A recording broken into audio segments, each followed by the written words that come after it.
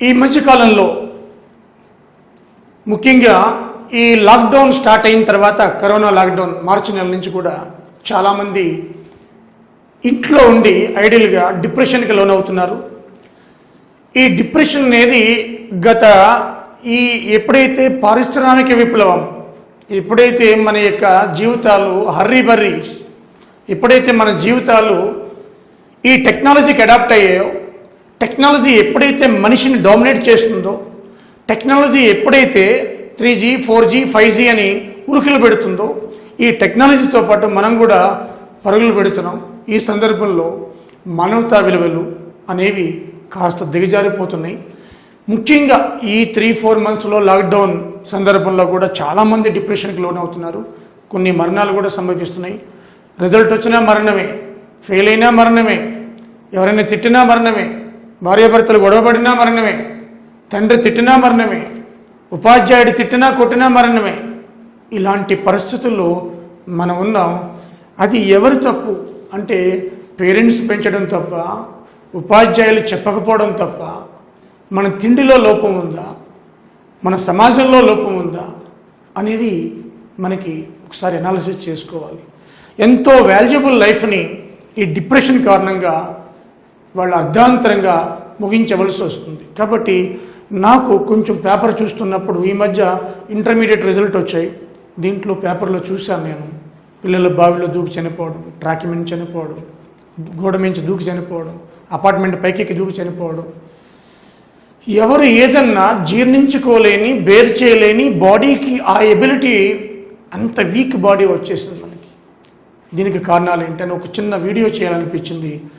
ఈ స్టూడెంట్స్ కోసం, ప్రజల కోసం, సమాజం కోసం మనవంతుగా ఈ వాల్యుబుల్ లైఫ్, ఈ చక్కటి జీవితాన్ని, ఆనందదాయకమైన జీవితాన్ని అర్ధాంతరంగా ముగించవలసి వస్తుంది. దాంట్లో భాగంగానే ఈ వీడియో చేయడం జరుగుతుంది. ఇంకెవరు కూడా, ఏ కుటుంబంలో కూడా ఇలాంటి విషాద ఛాయలు ఉండకూడదనే ఉద్దేశంతో మనకి ఎన్నో కుటుంబాల్లో చీకటి ఛాయలు అనుకున్నాయి ఆ డిప్రెషన్ వల్ల. దానికోసం చిన్న ప్రయత్నం ఇది. సో డిప్రెషన్ ఇది ఒక భూతం, అధైర్యం, ఇది ఒక అధైర్యం, ఇది ఒక విచారమైన డీప్ ఇన్నర్ డీప్ విచారకరమైన, అంటే ఈ డిప్రెషన్ అనేది ఈ సెల్స్లోంచి, మన బాడీలో ఉన్న 100 కోట్ల సెల్స్లోంచి పుట్టి లాస్ట్కి అది మరణానికి దారితీస్తుంది. అలాంటి డిప్రెషన్ గురించి మనం ఈరోజు నేర్చుకోబోతున్నాం. ఓకే, మన యొక్క జీవితం యొక్క విలువ, పర్పస్ ఆఫ్ లైఫ్ చూస్తే దలైలామా గారు మీకు తెలిసే ఉంటుంది. ద పాపులర్ బుద్ధిస్ట్ ప్రీస్ట్ అయిన దలైలామా, ఆయన కొటేషన్ ఇచ్చారు చూడండి. The purpose of our lifes is to be happy. Dalai Lama అంటే జీవితం యొక్క పర్పస్, ఉద్దేశం ఏంటి? సంతోషకరంగా ఉండాలి. ఇప్పుడు ఈ మార్కర్ ఉంది, ఇది సంతోషంగా ఉండదు, అలాగని బాధగా ఉండదు. కానీ మనం బాధగా ఉంటాం, సంతోషంగా ఉంటాం, ఏడుస్తూ ఉంటాం, దుఃఖిస్తూ ఉంటాం. అనేక రకాల ఫీలింగ్స్ ఈ శరీరానికి ఉంటుంది, కానీ మార్కర్కి ఉండదు. ఇది కొట్టినా, తిట్టినా, కింద పడేసి తొక్కినా దీనికి ఏమీ చలనం ఉండదు, నిశ్చలనం. So the purpose of our lifes is to be happy. సంతోషంగా ఉండాలి. ఎన్నో ఆటుపోట్లు, జీవితం అంటేనే ఆటుపోట్లు, జీవితం అంటేనే కష్టాలు. ఆ కష్టాలను ఓవర్కమ్ చేయాలి తప్ప డిప్రెషన్లోకి పోయి మన అర్ధాంతరంగా జీవితాన్ని ముగించుకోకూడదు. ఓకే, చక్కటి సందేశం ఇచ్చారు ఎవరు? మన దలైలామా. సి ఫ్రెండ్స్, దలైలామా చూసాం కదా. ఇంకొక గొప్ప పర్సన్, మనందరికీ తెలిసిన వ్యక్తి స్వామి వివేకానంద. ఆయన అంటారు, ఒక వ్యక్తి ఫిజికల్గా, మెంటల్గా ఎంత హెల్తీయెస్ట్గా ఉంటే అంత సమాజానికి, దేశానికి పనికొస్తాడని. మానవుడు ఎంత గొప్పవాడైతే అంత కఠినమైన పరీక్షలను దాటవలసి ఉంటుంది. గ్రేట్. మనం సైకిల్ పెట్టి అప్ ఎక్కామనుకోండి, ఎంతో కష్టంగా ఉంటుంది, మళ్ళీ దిగేటప్పుడు ఎంతో సులువుగా ఉంటుంది. ఇప్పుడు ఎక్కువగా ఒక మాస్టర్ స్టూడెంట్కి చేసేవాడికి సంస్థ ఎక్కువ ఇస్తాడు, చేయని వాడికి దాంతో ఉంటాడు. అలాగే ఎవరైతే ఆ కష్టాలను ఓవర్కమ్ చేయగలరో వాళ్ళకి ఎక్కువ కష్టాలు వస్తాయి అనేది దీని యొక్క ఉద్దేశం. కాబట్టి కష్టాలు వస్తున్నాయని కుంగిపోవడం, సుఖాలు వస్తున్నాయని పొంగిపోవడం కాదు. కష్టాలు ఎవరికి వస్తాయి? ఆ కష్టాల్లో పాస్ అవ్వగల ఎబిలిటీ ఉన్న వాళ్ళకి కష్టాలు వస్తాయి. ఇది స్వామి వివేకానంద గారు ఇచ్చిన అద్భుతమైన కొటేషన్. ఆయన జీవితాన్ని కాచి వడబోసాడు చిన్నప్పుడే.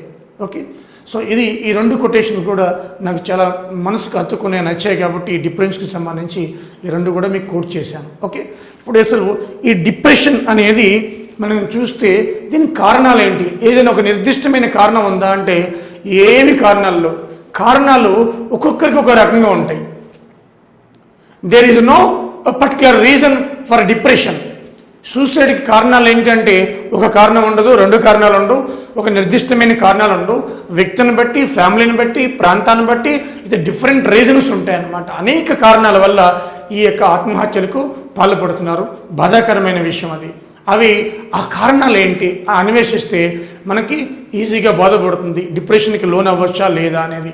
ఓకే ఫ్రెండ్స్, మనం అనాలిసిస్ చేస్తే నేను ఈ మధ్య గత 10 yearsలో చనిపోతున్న వాళ్ళు ఎవరైనా కూడా మనకి సూసైడ్ చేసుకోవడానికి కారణాలు అన్వేషిస్తే ఎన్ని కారణాలు ఉన్నాయి.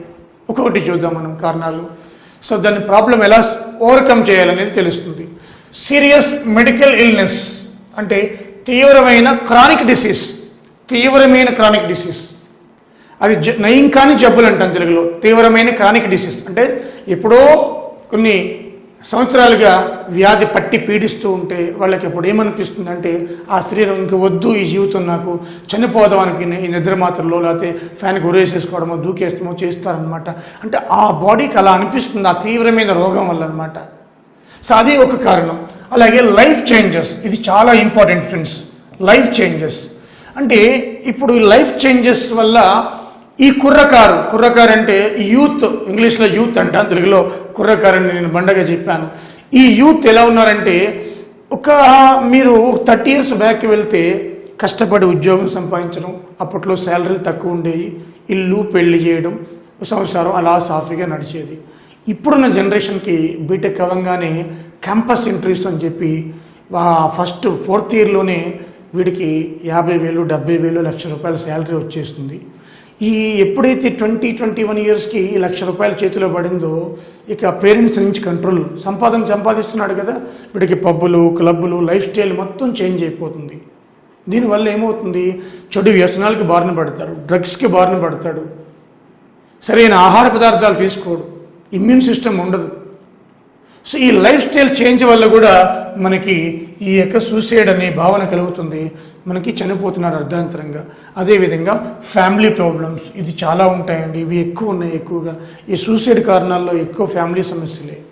కూతురు ఎవరినో ప్రేమించిందని, కొడుకు ఎవరినో ప్రేమించారని, మన కులం కాదని, మన మతం కాదని వాళ్ళని బెదిరించడం, వాళ్ళేమో సూసైడ్ చేసుకోవడం, లేదా పేరెంట్స్ సూసైడ్ చేసుకోవడం, లేదా పిల్లలు ఇంట్లోంచి వెళ్ళిపోయారని, ఇలా ఫ్యామిలీ సమస్యలు. భర్త తెచ్చాడని ఈ మధ్య కాలంలో చూసాం పేపర్లో, భర్త వచ్చినప్పుడు ఇంటికి భార్య డోర్ తీయలేదని తలుపులు, ఆయన చనిపోయాడు ఆత్మహత్య చేసుకొని. ఇవన్నీ ఫ్యామిలీ సమస్యలు అన్నమాట. ఇవి కారణాలు. అలాగే లోన్లీనెస్ అంటే ఒంటరిగా, కొంతమంది ఎవరితో మాట్లాడరు, లోన్లీగా ఉంటారు, ఎవరితో మాట్లాడడానికి ఇష్టపడరు. ఒకనొక పోయెట్, కవి అంటారు, నువ్వు ఎవరితో మాట్లాడకపోతే అది నీ తప్పు, ఎవరైనా నీతో మాట్లాడకపోతే అది వాళ్ళ తప్పు. మీ ఊరు వెళ్ళినప్పుడు, ఆఫీస్కి వెళ్ళినప్పుడు చిరునవ్వుతోటి ఇలా పలకరించు, బాగున్నావా, నీ పెద్దవాళ్ళైనా చిన్నవాళ్ళైనా పలకరించకూడదంటే నీకు పరువు ఏం పోదు కదా. చిన్నవాళ్ళు నీ కింద ఎంప్లాయీ, ప్యూని, ఏమయ్యా బాగున్నావంటే ఎంత హ్యాపీ ఫీల్ అవుతాడైనా. లేదు, మనకి నేను ఆఫీసర్ని, నేను ఎస్పీని, నేను డిఎస్పీని, కానిస్టేబుల్ కదా, సిఐ కదా, లేదా నేను పెద్ద ఆఫీసర్ని. అట్లా దానివల్ల ఏమవుతుందంటే ఒక అహంకార భావం పెరుగుతుంది. సరే పెద్ద ఆఫీసర్వే నువ్వు, ఆయనే నమస్కారం పెట్టలేదు, వదిలేసేరాదు, ఇది మనసులో పెట్టుకో మాకు అంటే, ఇది ఈ విధంగా మనకి మనుషుల్లో ఆ యొక్క తత్వం అలవాటు పడిపోతుంది అనమాట మన సమాజంలో. సో ఆ లోన్లీనెస్, అలాగే అబ్యూజ్, తిట్టడం. కొంత ఉంటారు, వాడు నవ్వంటే ఉండదు ఫేస్లో, ఎప్పుడు పెడితే చిరుగురులు ఆడుతూ ఉంటాడు, నేను ఆఫీసర్ని, నాది ఆఫీసు, నేనే ఆ బాస్ని, నేనే కమాండెంట్ని, అవన్నీ. అట్లా మనం ఎప్పుడు కూడా ఫ్రెండ్లీ నేచర్ ఆఫ్ వర్క్ ఉండాలి ఆఫీస్ కానీ ఎక్కడైనా కూడా. సో మనం భయపెట్టో లేకపోతే తిట్టో కొట్టో అలా అబ్యూజ్ చేయకూడదు. అలాగే కొంతమంది టీచర్స్ తిట్టారని చెప్పి, టీచర్స్ మందలించారని చెప్పి టీచర్ ఒక మాట అనకూడదా? సో తల్లి తండ్రి తర్వాత నెక్స్ట్ గురువే కదమ్మా. సో ఈ మధ్య కాలంలో అది ఇంటర్మీడియట్ కావచ్చు, 10th కావచ్చు, 8th కావచ్చు, 9th కావచ్చు, ఎవరైనా కూడా టీచరు ఒక్క మాట అంటే పడడం లేదు, పోలీస్ కంప్లైంట్ ఇస్తున్నారు. అందుకని చూడండి సమాజం ఏ విధంగా ఉందో. తల్లిదండ్రులు నేర్పించలేనిది గురువు నేర్పిస్తాడు, భయభక్తులతో గురువు దగ్గర నేర్చుకుంటారు వీళ్ళు. అలాంటిది పేరెంట్సే గురువు మీద కంప్లైంట్ పెడుతున్నారు. ఇక చదువు ఎక్కడ వస్తుంది, భయభక్తులు ఎక్కడ వస్తాయి? సో ఇది అబ్యూజ్. అలాగే కాన్ఫ్లిక్ట్స్, ఘర్షణ, సంఘర్షణ. మనం ఈ యొక్క ఉరుకులు పరుగుల జీవితంలో చిన్నపాటి పేషెన్సీ కూడా ఉండడం లేదు. అటు ఆఫీసులో అయినా ఇటు ట్రాఫిక్లో రెడ్ లైట్ పడినప్పుడు సిగ్నల్లు ఎవడన్నా వచ్చి పొరపాటున వెనకాల ఢీ కొడితే వాడితో గొడవ పెట్టడం, పెద్ద గొడవ అవుతుంది, పోలీస్ స్టేషన్ దగ్గరకు వస్తుంది. ఘర్షణ, కాన్ఫ్లిక్ట్, ఒకరినొకటి మాట్లాడుకోవడం. అంటే ఇది ఇప్పుడు భార్యాభర్తల మధ్య సంఘర్షణ. భార్యాభర్తల మధ్య గొడవ అయినప్పుడు ఎవరో ఒకరు కామ్గా ఉంటే రెండో వాళ్ళు ఆ ఫ్రస్ట్రేషన్ కంట్రోల్ అవుతుంది. అట్లా కాదు, ఈమె ఒక మాట, ఈయన 2 మాటలు, ఈమె 4 మాటలు, ఈయన 8 మాటలు. దీనివల్ల ఏమవుతుంది, అటు సూసైడ్కి దారితీస్తుంది అనమాట. ఎప్పుడైనా భార్య కానీ, భర్త కానీ, అమ్మ కానీ, నాన్న కానీ, కంప్లైంట్స్ కానీ ఒక రైజ్ అయినప్పుడు వాళ్ళ బాడీలో ఏదో తెలియని ఒక డిసీజ్, కోపం కూడా ఒక డిసీజే, ఆరోగెన్సీ కూడా డిసీజే, యాంగర్ కూడా డిసీజే. Anger kills the inside the body organs. So కాబట్టి వాళ్ళని ఒక పేషెంట్లా చూడాలి తప్ప వాడు నన్ను ఇలా అన్నాడని చెప్పి వాళ్ళని 2 మాటలు అంటే నీకు కూడా రోగం అంటుకుంటుంది. కరోనా కంటే డేంజరస్ అది.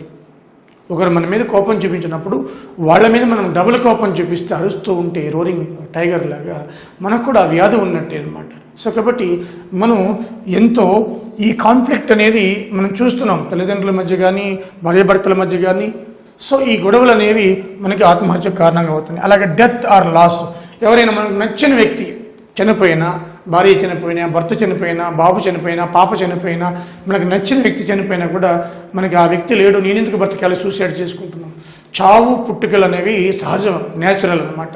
ఒక విత్తనాన్ని తిని అలా పడేస్తే ఆ యొక్క సాయిల్లో మొలకెత్తుతుంది. ఎందుకు మొలకెత్తాలంటే సహజ ధర్మం అది, గుణం అది.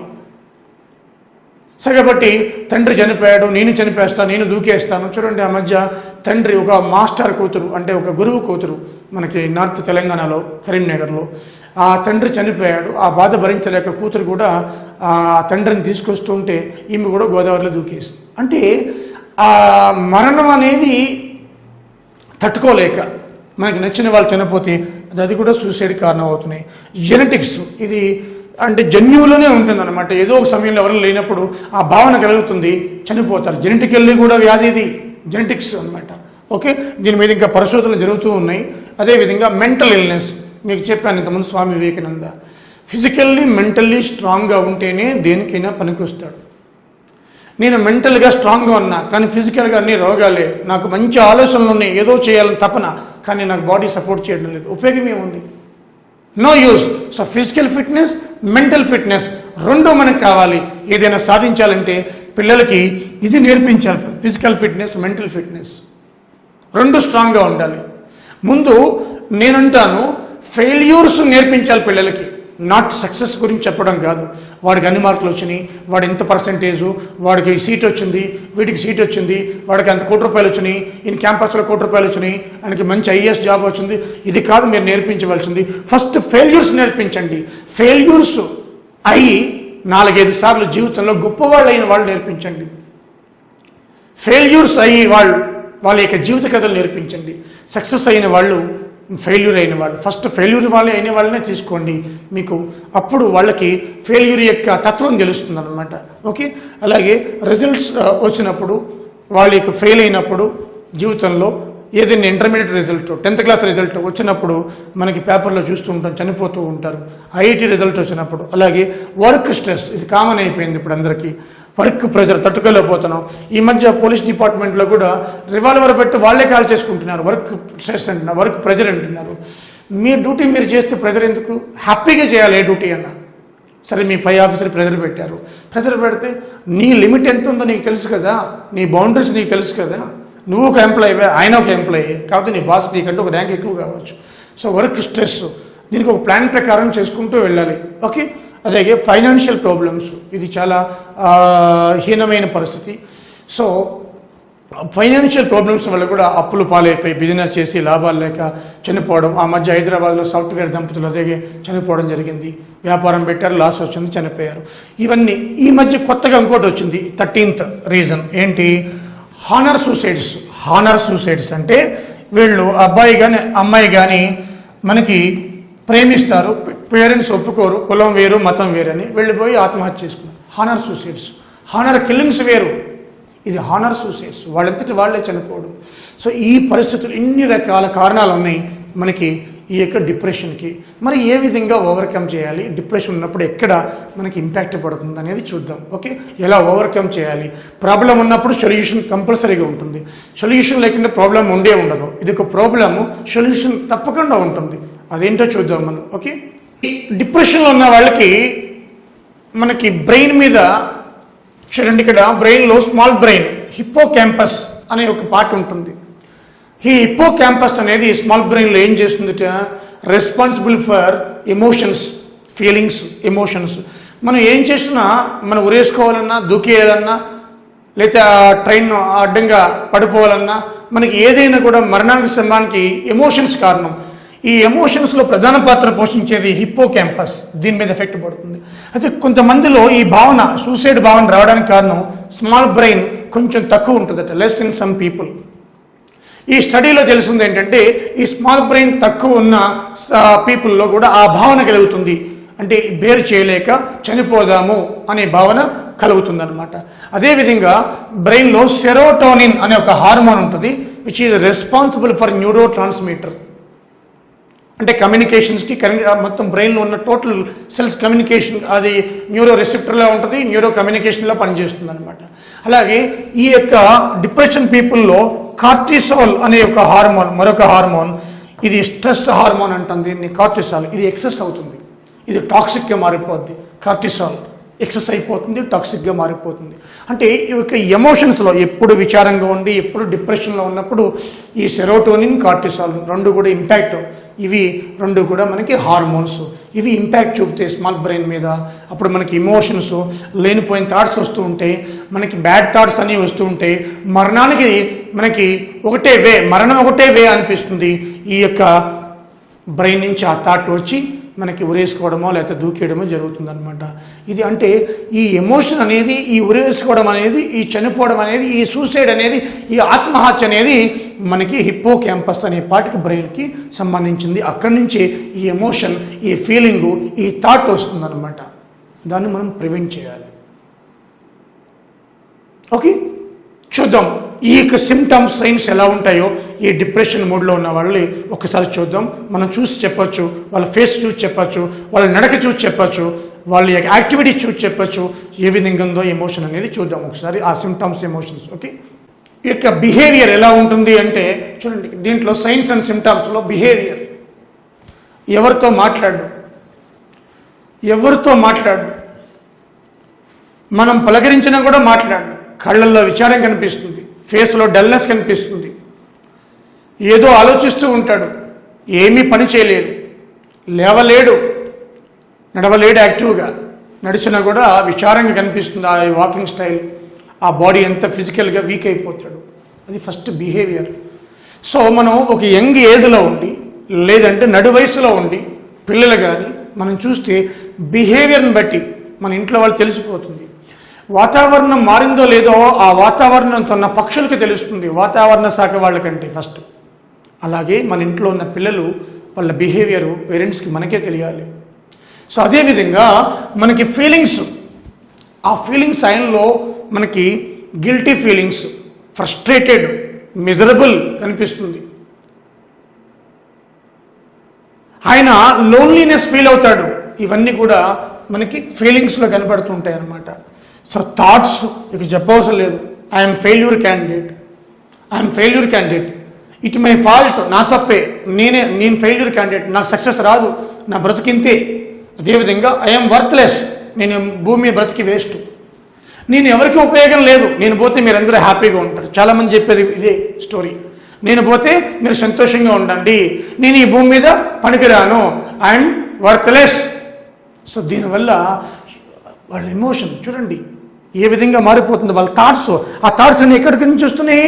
ఎమోషన్స్ ఎలా వస్తున్నాయి? స్మాల్ బ్రెయిన్లో హిప్పోక్యాంపస్, అక్కడ సెరోటోనిన్ హార్మోన్ ఇంపాక్ట్. చూడండి.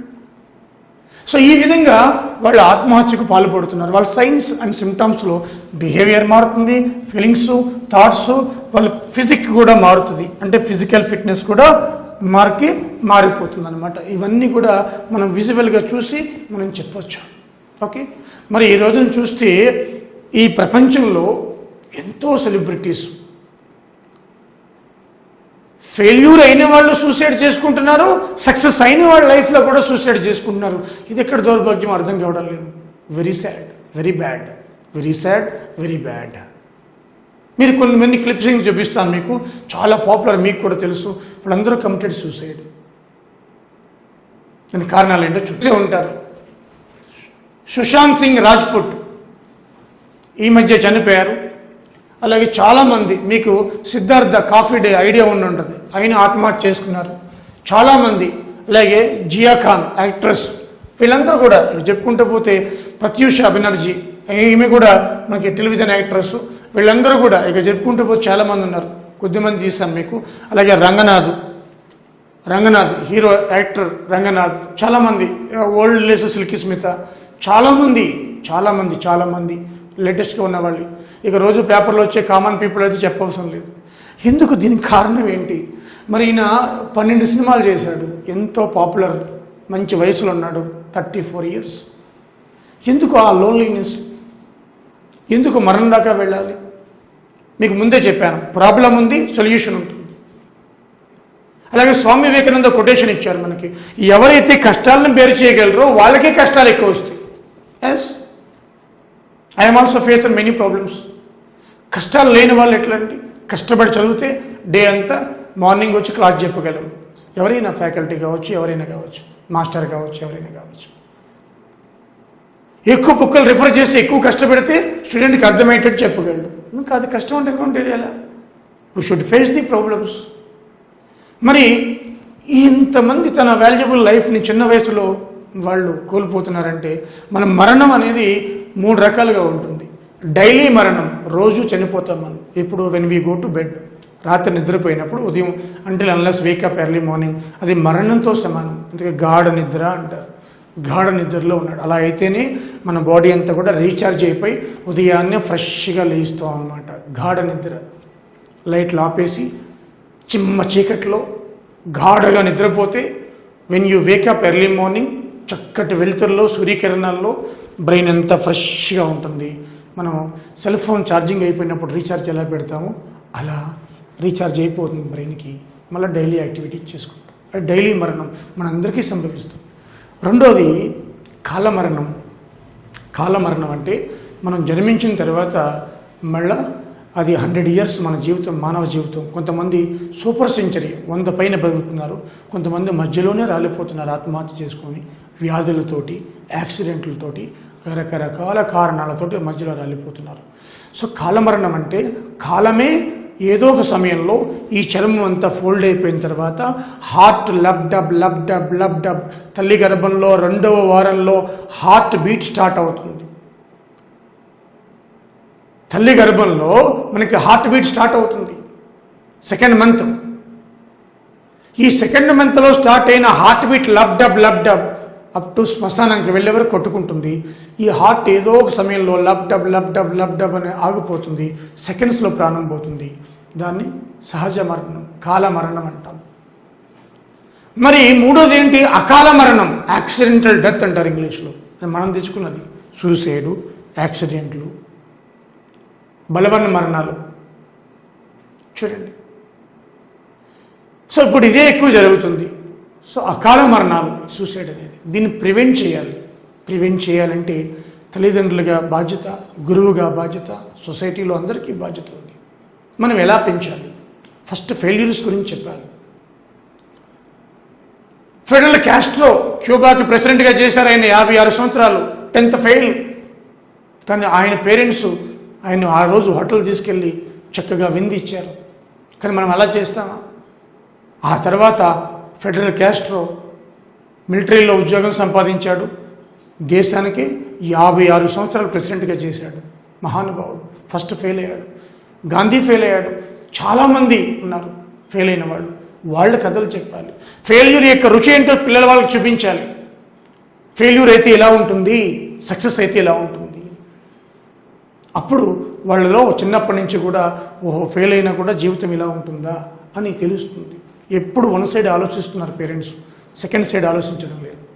ఓకే, సో ఇప్పుడు మనం వీళ్ళందరికీ జీవితాల గురించి కూడా చూస్తే మనకి వాళ్ళందరూ గొప్ప వాళ్ళే. సిద్ధార్థ కాఫీ డే 1000 ఎకరాలు ఉంది కానీ ఆత్మహత్య చేసుకున్నాడు. ఉపయోగమే ఉంది. Money is not a criteria. Money financial problem కావాలి, డబ్బు కావాలి, కానీ ఆత్మహత్య చేసుకునే డబ్బు మనకు అవసరం లేదు.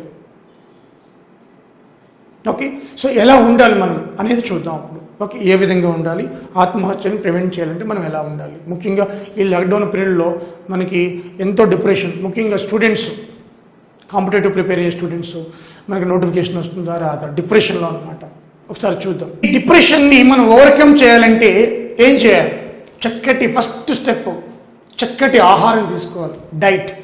చక్కటి ఆహారం అంటే కాస్ట్లీ బిర్యానీలా కాదు, మన ఇంట్లోనే చక్కటి ఆహారం. కొన్ని మొలకెత్తిన గింజలు కానీ, ఆకుకూరలు, తాజా పళ్ళు, తాజా కూరగాయలు. దీని ద్వారా ఇమ్యూన్ సిస్టమ్ పెరుగుతుంది. ముఖ్యంగా ఆత్మహత్య చేసుకోవాలనే ఈ యొక్క ఎమోషన్స్లో ఉన్న వాళ్ళకి ఈ సైన్స్ రీసెర్చ్ ప్రకారం బి విటమిన్ లోపం ఉంటుంది. ముఖ్యంగా B1, B2, B3 up to B12 వరకు.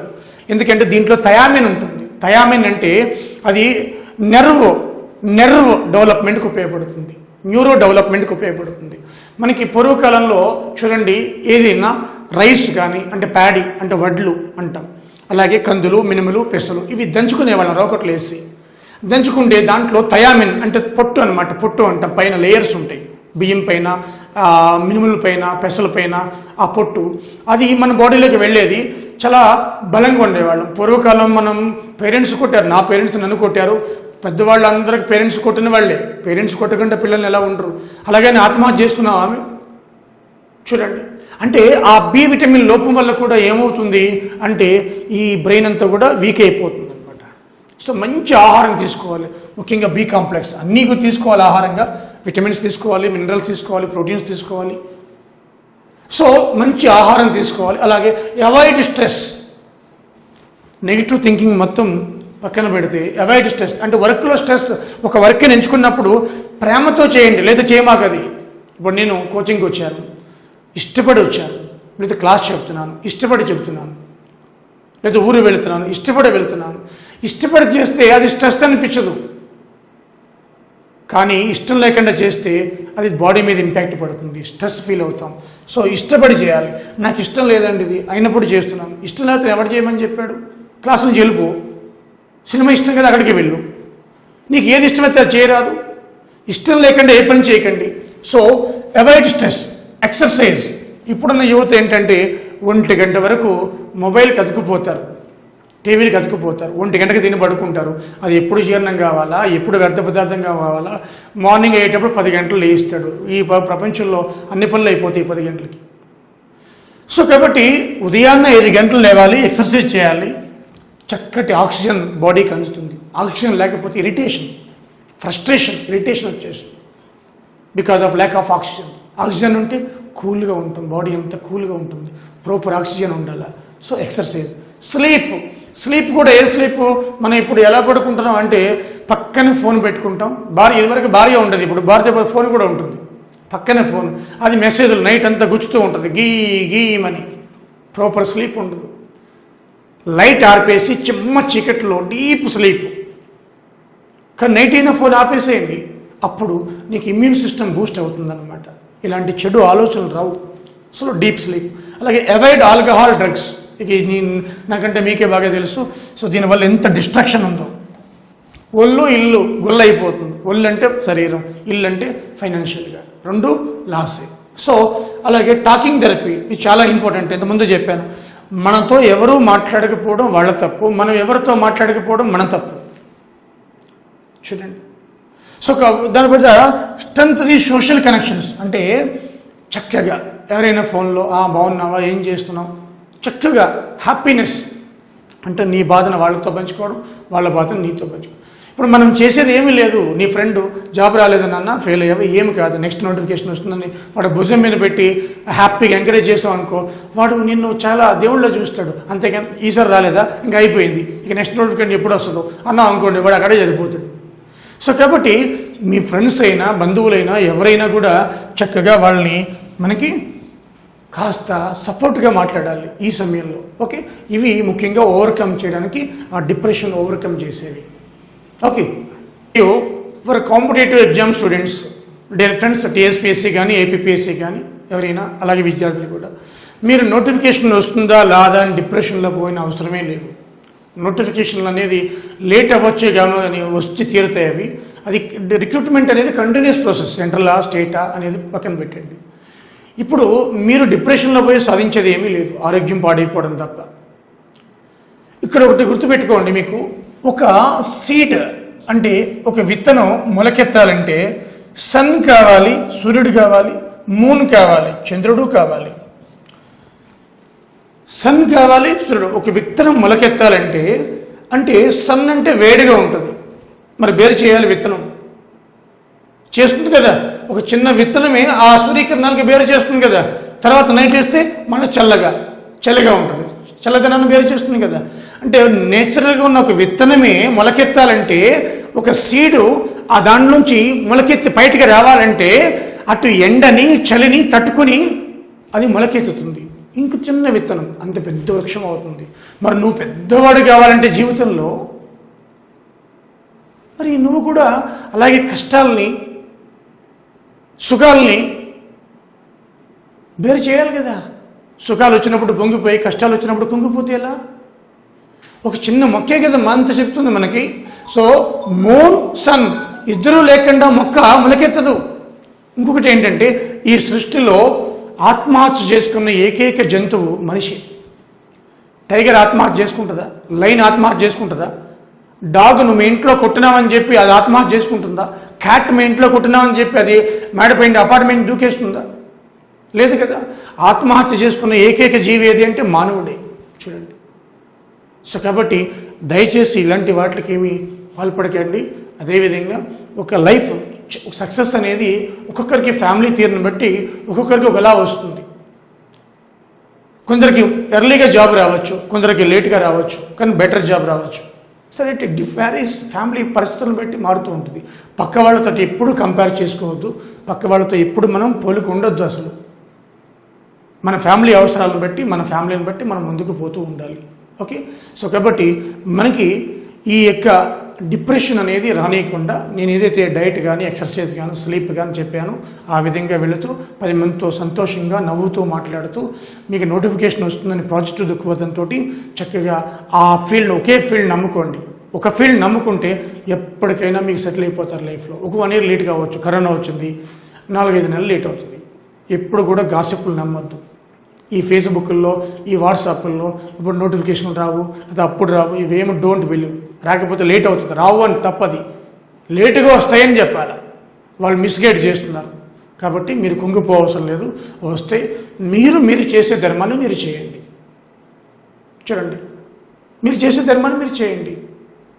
సో కాబట్టి మై డియర్ స్టూడెంట్స్, ఈ కాలంలో, ఈ కరోనా ఎఫెక్ట్ కాలంలో మీరు డిప్రెషన్లో రాకుండా ఈ చదువు మీద ఫోకస్ పెట్టి, సబ్జెక్ట్ మీద ఫోకస్ పెట్టి, మీరు మీ యొక్క ఆరోగ్యంగా, మీ యొక్క బాడీని ఆరోగ్యంగా ఉంచుకుంటూ, మీ లక్షణాలని, మీ యొక్క బ్రెయిన్ని సంతోషంగా ఉంచుకుంటూ, బ్రెయిన్ సంతోషంగా ఉంటే ఎక్కువ ఇన్పుట్స్ వస్తుంది, అవుట్పుట్ వస్తుంది, ఎక్కువ చదవగలరు, ఆహ్లాదకరంగా ఉంటుంది అన్నమాట.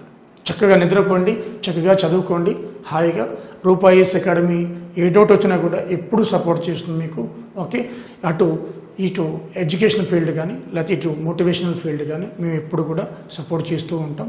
Thank you very much. ఈ యొక్క వీడియో నచ్చితే షేర్ చేయండి, లైక్ చేయండి, సబ్స్క్రైబ్ చేసుకోండి rupees academy. Thank you very much.